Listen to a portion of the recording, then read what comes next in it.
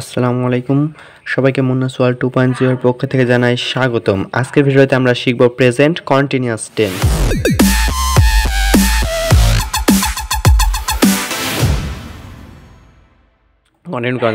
Present continuous tense. Present continuous tense দ্বারা continuous থাকলে আমরা বুঝবো চলমান, কন্টিনিউয়াস থাকলে আমরা বলবো হচ্ছে চলমান। তাহলে প্রেজেন্ট কন্টিনিউয়াস টেন্স দ্বারা বর্তমানে কোনো কাজ চলছে বোঝায়, বর্তমানে যে কোনো কাজ চলছে বোঝায় সেটাকে আমরা বলবো প্রেজেন্ট কন্টিনিউয়াস টেন্স। যেমন মনে করো আমি দৌড়াচ্ছি, এটা কি বর্তমানে হচ্ছে না এবং কাজটি চলমান, তাই সেটাকে আমরা বলবো প্রেজেন্ট কন্টিনিউয়াস টেন্স। এই ধরনের আমরা সামনে গিয়ে আরও বাক্য দেখবো, তখন একবারে ক্লিয়ার হয়ে যাবে। তো আমি যেগুলো দিচ্ছি বা যেগুলো শেখানো হচ্ছে এগুলো সব কিছু তোমরা নোট করবা, সব কিছু নোট করবা, ওকে।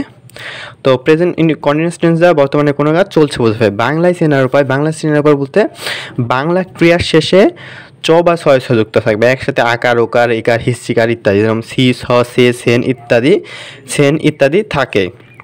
অর্থাৎ বাংলা ক্রিয়া মানে বাক্যে যেটা ক্রিয়া থাকে, কাজ বোঝায় যে শব্দটা, সেই শব্দের শেষে এই সি, স, সে, সেন ইত্যাদি থাকতে পারে। এগুলো যদি থাকে তাহলে আমরা বুঝবো সেটা হচ্ছে প্রেজেন্ট কন্টিনিউয়াস টেন্স, ওকে, ক্লিয়ার। যেমন যদি আমরা একটু এইভাবে দেখি, যেমন আমি ভাত খাচ্ছি, এখানে ভার্ব মানে ক্রিয়া কোনটি? ক্রিয়া হচ্ছে খাওয়া, খাওয়া দ্বারা কাজ করা বোঝাতে, তাই এটা হচ্ছে ভার্ব। তাহলে ভার্বের শেষে দেখো চ বা আমরা কি বলেছি, বাংলা সিনেমার বাংলা কি আসে চ বা চয় যুক্ত সি, স, সে, সেন ইত্যাদি থাকবে, তাহলে আমরা সেটাকে বলবো কন্টিনিউয়াস টেন্স, ওকে। আর এইখানে দেখো বাংলা ক্রিয়ার শেষে চয় যুক্ত আছে, তাই এটাই আমরা বলছি প্রেজেন্ট কন্টিনিউয়াস টেন্স।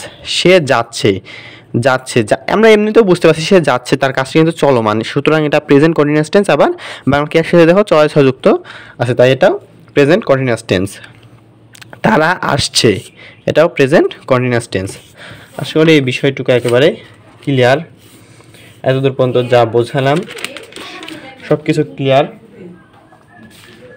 তা আমরা কিন্তু একবারে ক্লিয়ার না হয়ে যাব না, আমরা যা করবো একবার সম্পূর্ণ ভিডিওটি সম্পূর্ণ ক্লিয়ার করে তারপরে সামনে আগাবো ইনশাআল্লাহ। এবার আসছে এটা সাহায্যকারী ভার্ব। এক সিরিয়ালে যেগুলো দিচ্ছি সবগুলো কিন্তু এক সিরিয়ালে নোটস করতে হবে ভাইয়া। তো দেখো এবার সাহায্যকারী ভার্ব দেখো কি, হেল্পিং ভার্ব হলো am is are, present continuous টেন্সের সাহায্যকারী ভার্ব হলো এম ইজ আর। তাহলে এম ইজ যেহেতু তিনটা, তাহলে কোনটা আমরা কখন ব্যবহার করব, কীভাবে ব্যবহার করবো এগুলো আসছে পরে, কিন্তু এখন জানো এই প্রেজেন্ট কন্টিনিউয়াস টেন্সের সাহায্যকারী ভার্ব হলো এম ইজ আর। এম হয় আয়ের সাথে, অর্থাৎ সাবজেক্ট যদি আয় হয় তাহলে সেখানে আমরা ব্যবহার করব এম। ইজ হয় থার্ড পারসন সিঙ্গুলার নাম্বার হলে, তো থার্ড পারসন সিঙ্গুলার নাম্বার এগুলো কিন্তু আমরা আগের ভিডিওগুলোতে জেনে এসেছি যে কোনটা পারসন, নাম্বার, এই সব বিষয়গুলো আমরা জেনে আসছি, ওকে। নাম্বার পারসন সম্পর্কে আগের ভিডিওতে এগুলো দেওয়া আছে এবং তোমরা আশা করি জানো নাম্বার পারসন কি। তো তারপরে আমি সংক্ষিপ্ত আকারে একেবারে সংক্ষিপ্ত আকারে যদি বলি, তাহলে নাম্বার হলো সংখ্যা, নাম্বার মানে হচ্ছে সংখ্যা। সংখ্যা হলো দুই প্রকার, একটা হলো সিঙ্গুলার, একটা হলো প্লুরাল। এক বচন হলে সেটা হলো সিঙ্গুলার নাম্বার, বহু বচন হলে সেটা হলো প্লুরাল নাম্বার। আর পার্সন হলো তিন প্রকার, first person, second person, third person. আমি এবং আমরা বোঝালে সেটা হচ্ছে ফার্স্ট পারসন, যেমন আমি, আমরা, আমাদের, এগুলো হলো ফার্স্ট পারসন। তুমি এবং তোমরা হলে সেগুলো হলো সেকেন্ড পারসন, যেমন হলো ইউ এবং ইয়োর। তুমি, তোমরা, তোমাদের, এগুলো হলো সেকেন্ড পারসন। আর থার্ড পারসন কি, আমি, তুমি বাদে যা আছে বাকি সব থার্ড পারসন, যেমন কলম, চেয়ার, টেবিল, হি, সি, ইট, দে, কারো নাম, সব হলো থার্ড পারসন। তো বোঝা গেল। তাহলে এখানে কি বলছে, থার্ড পারসন সিঙ্গুলার নাম্বার হলে তার সাথে ইজ হবে, আর প্লুরাল হলে, সংখ্যা যেহেতু বলছি দুই প্রকার, সিঙ্গুলার এবং প্লুরাল, এক বচন এবং বহু বচন, যদি বহু বচন হয় সাবজেক্ট তাহলে তার সাথে হবে আর। বিষয়টি ক্লিয়ার। এম হয়, এখানে একটু সংক্ষিপ্ত আকারে দেখো, এম হয় আয়ের সাথে, ইজ হয় থার্ড পারসন সিঙ্গুলার নাম্বার হলে, আর হয় প্লুরাল হলে, ওকে। তো আই অ্যাম গোয়িং, এই ব্যাকওয়ার্ড দিয়ে লক্ষ্য করো, আই অ্যাম গোয়িং, এখানে আই আছে তার জন্য এখানে ব্যবহার হয়েছে এম সাহায্যকারী ভার্ব গোয়িং। আচ্ছা গেল, তবে হি ইজ গোয়িং, এই যেখানে দেখো হি আছে, হি হলো কোন পার্সন? হি হলো আমির মধ্যে নয়, তুমির মধ্যে নয়, সুতরাং এটা হলো থার্ড পার্সন এবং হি দ্বারা একজনকে বোঝাইছে, সুতরাং এটি হলো সিঙ্গুলার নাম্বার। তাহলে he is going third person singular number হয়, এখানে ইজ ব্যবহার করা হয়েছে, he is going. They are going, এখানে দে বলতে কিন্তু প্লুরাল, দে বলতে একজনকে না অনেকজনকে বোঝায়, সুতরাং দে আর গোয়িং। তো এইভাবে বিষয়গুলোর ব্যবহার করতে হয়। তো চলো আরও সামনে যাওয়া যাক, ইন ডিটেলস আমরা এগুলো আরও জানবো।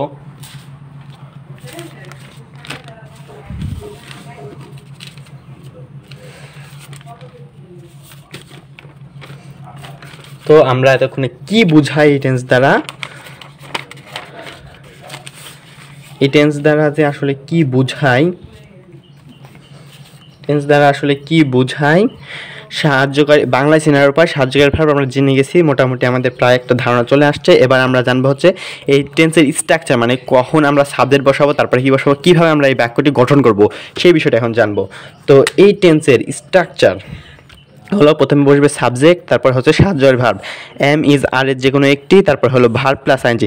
মনে রাখবার প্রত্যেকটা কন্টিনিউয়াস মানে চলমান টেন্সে ভার্বের সাথে আইএনজি হয়, ভার্ব অর্থ ক্রিয়া যেটা হবে তার সাথে আইএনজি যুক্ত থাকবে, ওকে। তারপরে হলো অবজেক্ট, তারপরে যা বাকি যা আছে সব অন্য যা আছে তাই বসবে। যেমন এখানে একটা বাক্য দেখি, যদি দেখো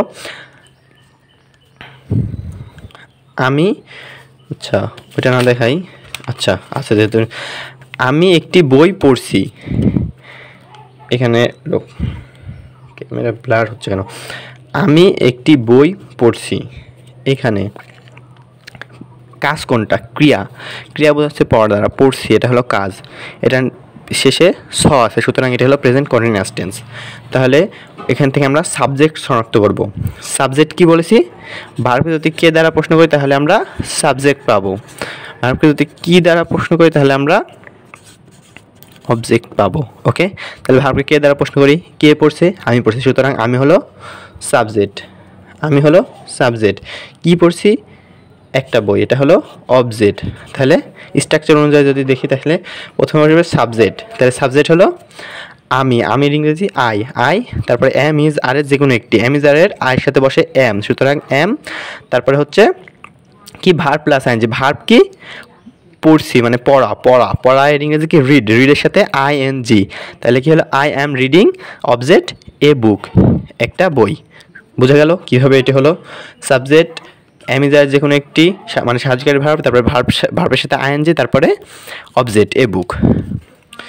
যদি এতটুকু বোঝা যায় ভাইয়া, যদি এতটুকু বুঝে থাকো তাহলে আশা করি নিষ্কার এই এতটুকু সম্পূর্ণ করতে পারবা। কিভাবে দেখি আমরা সম্পূর্ণ করতে পারি নাকি। সে ভাত খাচ্ছে, এখানে সে বাক্যের শেষে কী আছে?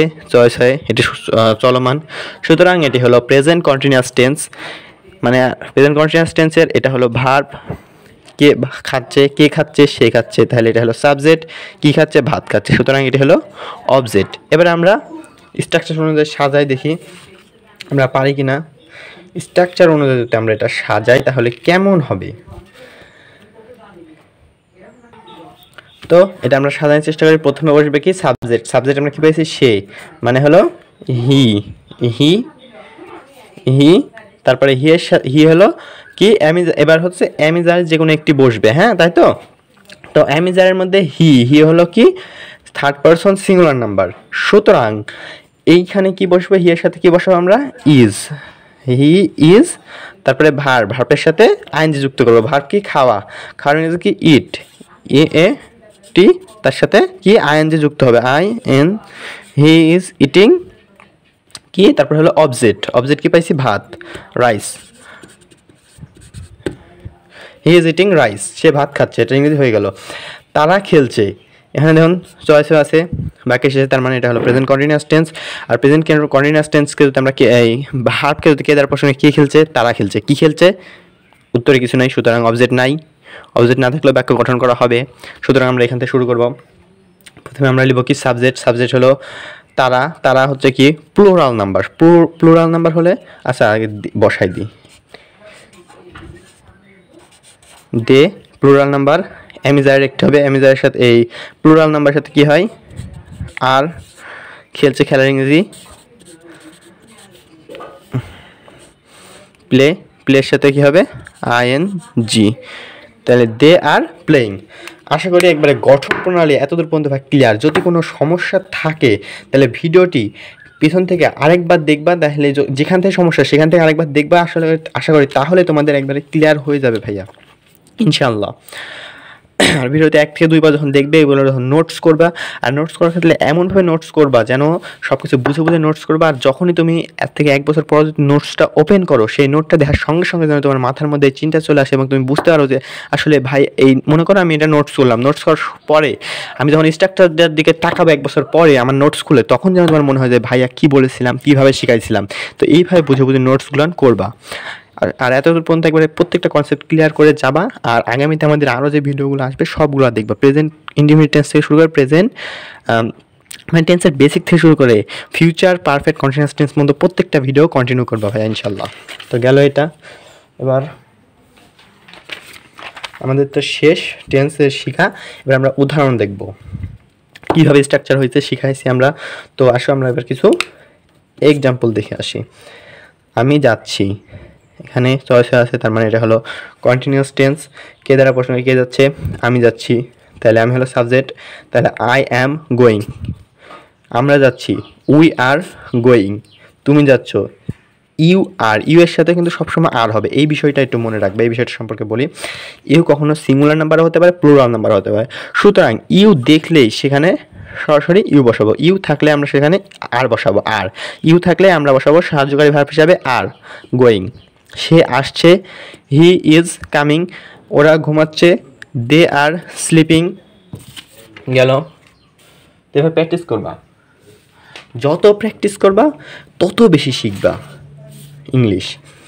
এবার একটা বিষয় বলি, কোনো ভাষায় কথা বলতে হলে আমাদের বিশেষ করে 3টা স্কিল অন্তত জানাই লাগে। সেটা হলো কোনো কিছুর বর্ণনা দিতে পারা, প্রশ্নের উত্তর দিতে পারা, প্রশ্ন করতে পারা।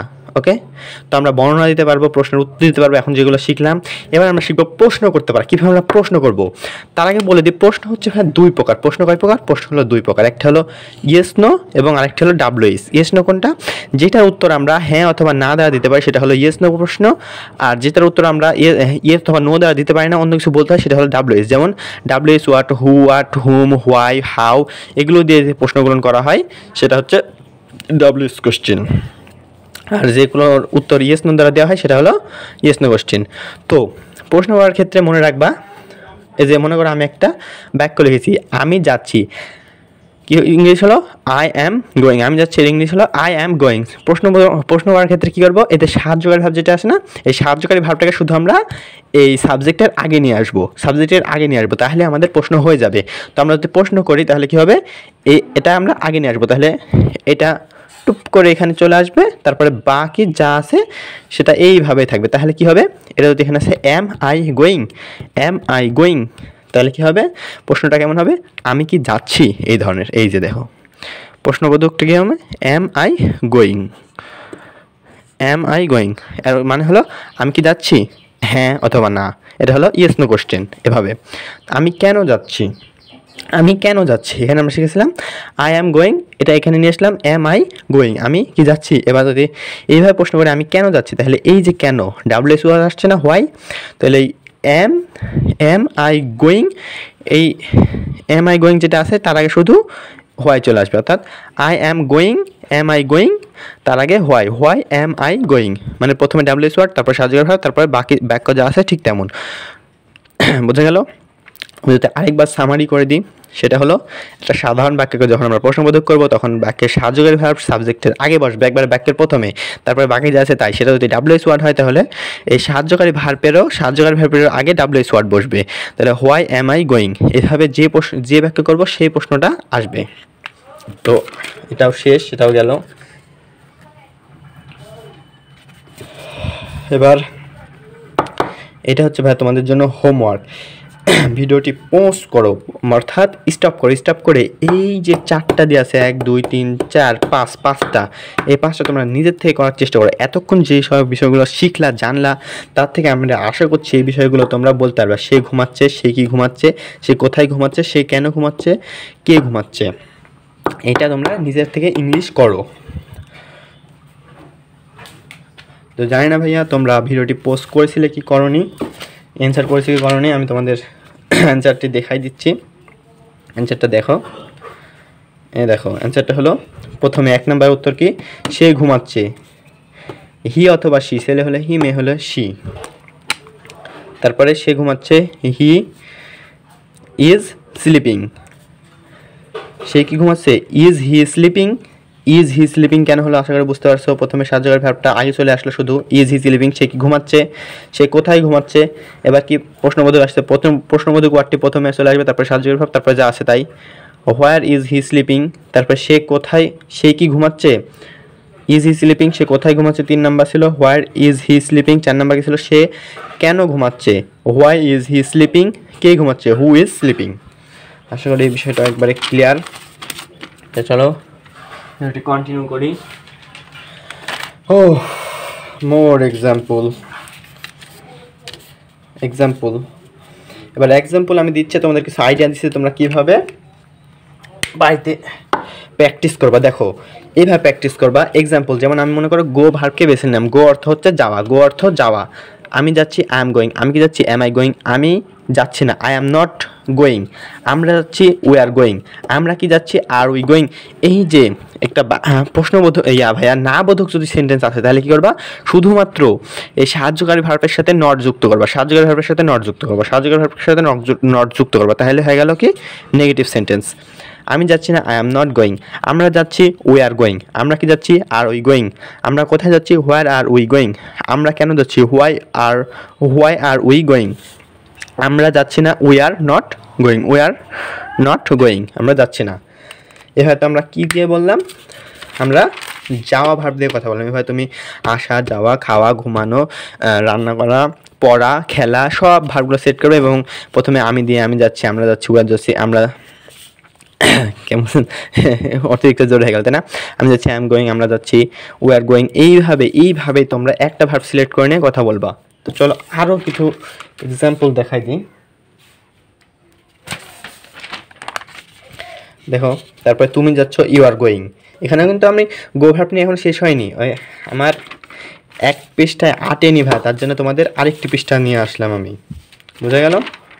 তো প্রথমে এভাবে আমি দিয়ে বললাম, এবার তুমি দিয়ে বলবো, তারপরে অন্য কিছু দিয়ে বলবো। এইভাবে গো ভার্ব দিয়ে আমি যতগুলো বলছি তোমরা অন্য অন্য ভার্ব সিলেক্ট করবে এবং এইভাবেই কথা বলবে এবং প্র্যাকটিস করবে। তুমি যাচ্ছ, ইউ আর গোয়িং। তুমি কি যাচ্ছ, আর ইউ গোয়িং। তুমি কোথায় যাচ্ছ, হোয়ার আর ইউ গোয়িং। তুমি কেন যাচ্ছ, হোয়াই। এটা হোমওয়ার্ক আছে তাই তো, তারপর আমি বলে দিই। তুমি কেমন আছো, হাউ আর ইউ। তোমরা কিভাবে যাচ্ছ, হাউ আর ইউ গোয়িং। তোমরা যাচ্ছ না, ইউ আর নট গোয়িং। এটাও হোমওয়ার্ক, এই দুটো আমি বলে দিচ্ছি, তারপরেও তোমরা একবার চেষ্টা করবা।